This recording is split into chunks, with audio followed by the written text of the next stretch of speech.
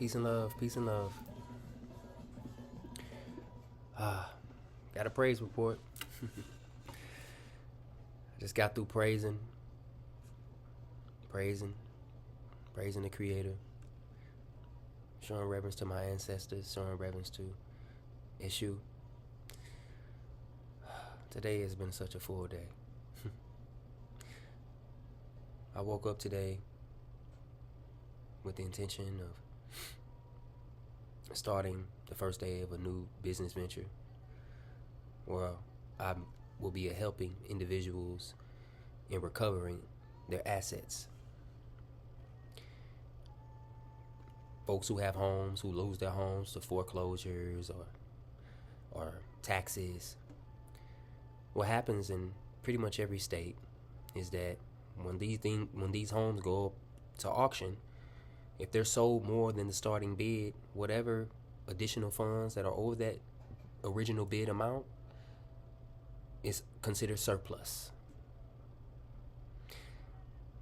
Now, what property owners don't often know is that you actually can claim those funds. It makes me think about my grandmother, Bertha Mae Davis, and the last time I saw her when we spent intimate time together, I was trying to help her save her home on the south side of St. Louis. And at the time, I didn't have all the knowledge or even the means. I thought that she could do it if I could save her home if I had helped her declare her nationality. Because at that time, I was very new to Moorish concepts of law and property rights, etc. But nonetheless, today was the day that I started doing this with a company out of New York with a brother, Dr. Mike Barton. And he's been teaching me how to do this. And so my responsibility today was making cold calls. So I had a list of about 250 properties with the associated lien holders or title holders to the property, and it was my responsibility to give these people a cold call and see if they would be interested in having help in acquiring these surplus funds. And oftentimes, these surplus funds can be in the thousands, 10,000s, 100,000s. We've even seen surplus amounts in the amount of millions, especially in certain counties, in prominent areas, in places like Florida, places like Maryland, even places like your state, perhaps. So I made these calls. I have this script I go through, and I left a voicemail. Some numbers didn't work, and so I've been doing this since about 10 o'clock, in the morning, and it's 2 o'clock now, so I started to get fatigued, get hungry, needing a break. But I ended up receiving a call on my call box in my apartment. Usually I don't get a call like that unless it's somebody I'm expecting someone, but I'm like, hello? And it's a woman's voice, and she says, hey, I have a package for you. I'm like, somebody playing the games? I ain't got no package. I haven't got an email saying that I expecting a package. But so now I'm curious. I throw my clothes on, now I'm calling myself trying to meet them out in the hallway in case they come up in the elevator, but there was no one. So I go all the way downstairs, and I went to the lobby. I didn't see anybody. I'm like, okay. Mind you, this after I buzzed them in. I go to the package room. I look around for any packages. I don't see any packages with my name on them. But I did see a package with my mom's name on it. Oh, okay. It was to her old address because she used to live in the same building as I'm living in now. So I get the package, and I immediately call my mother. Hey, Mom, you had a package here. Somebody said I had a package, but you got a package. So we share that moment. I get off the phone, and I resume my duties for the day, making cold calls, trying to get people to, see if I can help them recover their assets, recover these surplus funds. So I'm like, I guess I'll make one more call before I call it a day. And I call this number. It's not even the number of the woman whose name is on the original title, but it's a number associated with the address. Maybe an heir, and often when we see these things in public record, they're like an heir or somebody who is a friend of the title holder, who now may be deceased. And from my research, I found out that this person was deceased, the original title holder. So I was like, well, let me call the other number that I see online associated with it. And I call, and I actually get somebody on the line. You know, it's a woman's voice. A voice that sounds so familiar. And I tell her why I'm calling. And she tells me, yeah, I've been receiving calls about this. In fact, I had already done some paperwork with another recovery company who sent me over some documents and said they had an attorney signed to it. And she says that she had done this back in December. So but it's January now, and so she's like, they said I was going to get it in January, and now they saying I was going to get it in March, and, you know, because they had to go to probate court, and et cetera, et cetera. So I'm like, well, I'm familiar with that, and that sounds about right. Sometimes when properties are, you know, surrendered to the state and have to go through probate, it's a little bit more difficult to claim those funds. And but, you know, so I heard her grievance, or, you know, her worry about it. She said she just wanted to get it over with. And I'm like, well, at this point, there's nothing I can really do for her, you know what I mean? Because she's already agreed with somebody. You know, I won't be able to get a commission or help her with it, because she's already have turned that over to another company who is receiving the funds. But she proceeds to go on and continue to talk. And as like I said, her voice is very familiar. And she begins to share these stories, and how she ended up even being connected to the property. And it was her mother-in-law, and, you know, and tells me how her father ended up meeting her mother. And I mean, just beautiful stories. And it spoke to my spirit because it reminded me of my grandmothers. Because I spent most of my time with them as I could before, you know, they transitioned, and I would love to just sit and listen to their stories about their childhood, about their failed marriages, and, you know, about their siblings, and, you know, and oftentimes we would end up talking about the Lord. And like I said, it just feels so familiar. And in that moment, I could feel the presence of my own grandmothers. And it was an indication like that they're with me, you know, that they're supporting me. And before I knew it, I was shedding tears of joy, you know. And as she continued to talk and speak life into me, and, you know, give me particular instructions on how to stay in the Lord's favor, you know, I began to cry even more, and she began to prophesize over my life and tell me things that, you know, only my Ori and only God knows. And so it just spoke to me, and it filled me up with the Spirit. And before you knew it, we were praising God on the phone. Now, given she's a Christian woman, you know, and I am a practitioner of Ifa. So what she understands is Jesus. In my particular tradition, we call Eshu. Before there was a Jesus, there was a Eshu. There is Eshu. And so I'm listening to her, and I'm understanding, you know, through my own lens and perspective, what she's saying, you know. Although we were speaking different tongues, if you will, but we're speaking about the same Spirit. So I began to just be filled with the Spirit. And I'm just praising God, and she's on the phone, and it very much felt like my encounters and my moments that I would have with my grandmothers when they would be speaking life over me and encouraging me, telling me everything's going to be okay.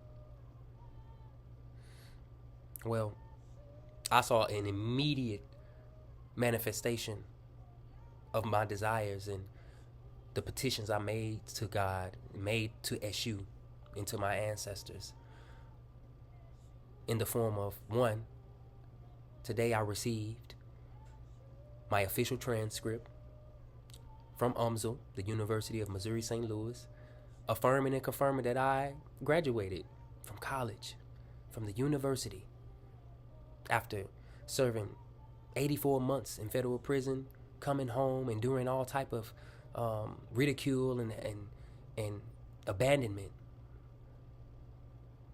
Yet I was never abandoned by my ancestors. I was never abandoned by my Ori. I was never abandoned by Eshu. And I'm so grateful. But that's not it. That's not it. I also received the blessing of having my teaching English as a foreign language certification paid in full today through the combined contributions of one, my great friends out at Rustic Root Sanctuary in Spanish Lake, Missouri, Eric and Janet Scott. They made the first seed of $500.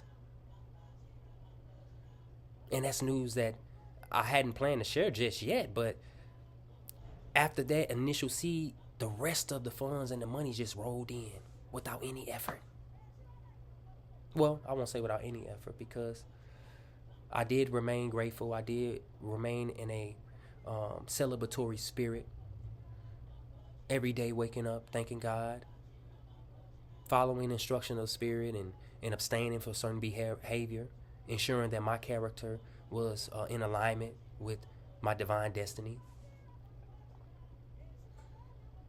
The second seed was given and donated through my uncle, Mr. Jordan Fly. He promised me a seed towards this goal of $2,000. So I was already riding the high of that. I'm like, oh, I'm about halfway there, you know. I immediately shared the news with my family via our Facebook message group. You know, my maternal family. And, you know, I say, hey, y'all, praise report. I got the first 500 from these folks over here, and I got another 250 or so from these folks over here. And I had also got some other pledges, you know, though I didn't know what the amounts were. I got friends in Pennsylvania, a brother out there in Pennsylvania. He told me, he say, man, I'm praying for a big breakthrough, and when it come, bro, a large lump sum is coming your way. And I immediately began to praise God in that moment. Yeah, shoot, yeah. So then I posted that message in my family's group, and my uncle Richard, he had mistakenly put a mad emoji on the message, and everyone else had hearts on it. So I didn't address it publicly in the group. I messaged him privately, and I said, hey, Unc, how you doing? You okay? I saw that you put a mad emoji on my praise report. Oh, he said, oh, nephew, I'm sorry, that was a mistake. You know, these phones, you know, they be, you know, tripping sometimes. That was totally a mistake. But know that your auntie and I, you have our fullest support, and when we can, we will make it happen for you. Now, I had already spoke to my auntie about it, and she told me that, you know, at the moment they couldn't help, but she had sent me and flooded me with these various links to like grants and different ways to get monies and loans, etc., through like LLCs and business credit, etc. And she's like, you need to jump on this stuff. Little did she know I was already on it, you know. And part of my work today was because I had connected with this brother, Dr. Mike Barton, because he was assisting me with my credit repair, so that I can get my personal credit together, so that I can go after some personal loans, and was helping me form my own businesses so that I can go after business credit. Because I know y'all been seeing all this stuff online about, you know, get your credit score and, you know, and Navy Federal and all these different things you see online with these guys who are utilizing the system. Very much so how The oppressor has used the system in order to create wealth for themselves and generational wealth and establishing trust and etc. So I'm like, man, this year I'm going to take full advantage of that. And I was already on it. And Dr. Mike Barton was the primary contributor an initiator in me actually really understanding these concepts and starting to apply them and put them into place. But he also took me on as his mentee because I didn't have money to give him up front to pay for his services and credit repair. So he said, you know what, don't worry about it. You could take care of me on the back end after we successfully get these loans, after we successfully get these grants and stuff. You could pay me then. I'm like, oh, I'm praising God again. Ooh, yeah. And that's how I wind up making this phone call to this beautiful woman this morning, an elderly woman in her 70s. And we talked on the phone for about 35 minutes. And by the time the 30 mark, she's like, do I need to let you go so you can go ahead and just continue to cry and stuff? I said, yes, please, just give me a moment. I'll talk to you later, Mama G. She said I can call her Mama G. So I received so many blessings today. So many blessings today. In the form of a good word, in the form of contributions, donations to and investments into my endeavors, into my cause, into my purpose. I got that. So, like I said, Uncle Richard and I, we were talking on over the messenger, and he's like, "We gonna help you when we can." I'm like, all right, cool. At the time, I was on the phone with my mentor, getting ready to start work for the day, make these calls. But before I could even get into the calls and start making calls, my Uncle Richard hit me up again in the messenger. He like, nephew, I got a surprise for you. Your uncle's gonna take care of the rest of it. And I ain't even really able to fully process it because I'm trying to prepare myself mentally for this work I got to do as far as making these calls and try to, make whatever commission I can make off of helping people acquire their surplus funds through the tax deed, auctions. And Uncle's already promised me. He said, you know what? You're going to have it by this date. What's your deadline? Well, don't worry about it. You're going to have it.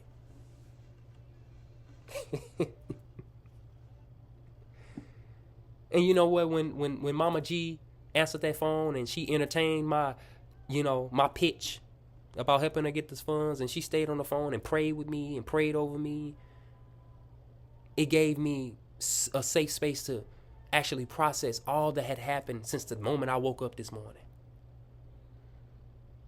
From the email showing that my official transcripts had been sent and they're on the way to me in paper form, to the angel that came and buzzed on my door, who I let in, to the seed from Janet and Eric out at Rustic Roots, to my Uncle Jordan promising to make an investment in me this year in my artistry, to Uncle Richard and my Uncle Donnie promising that they were going to have the funds to me before the deadline. All of my prayers were answered in less than 5-6 hours. Man, I'm so grateful. I'm so grateful, man. So I'm just here to drop this testimony, give y'all this praise report, let y'all know y'all can anticipate more messages from me, because I will not continue to go on in my life without sharing how good God is to me. I'm not. I'm going to make sure that you all know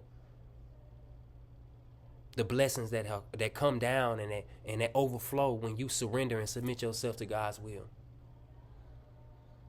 When you develop a relationship with your ancestors and you cultivate a relationship through Afro spirituality.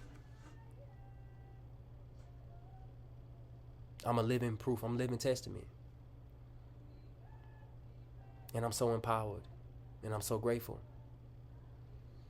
So, in less than 90 days, I'll be certified to teach English to foreign students, both children and adults, which means I'll be able to serve my community in a different way, especially in light of all of this stuff going on with the oppression of of immigrants and people just migrating, moving around, looking for opportunity. I didn't get the Fulbright scholarship that I applied for. Yet and still, SU made a way. Olodumare made a way. My ancestors made a way. Because my ultimate goal is to be an international human rights lawyer and a lawyer for indigenous people. We will get justice. I will see justice for myself, for my lineage, and for all Aboriginal indigenous people worldwide. It's my destiny. And I appreciate every last one of you who has supported me in any way. Whether that's through a phone call, whether that's through a letter when I was in prison, whether that's through sending me literature, whether that's through a recommendation, whether that's to a shoulder to cry on, whether that's to a dap or a hug, whether that's a meal, whether that's a ride, or whether it was a prayer. Keep doing that. Keep praying for me. Keep supporting me. I know I will be successful. I am successful. And I am supported. See y'all soon. Ashe.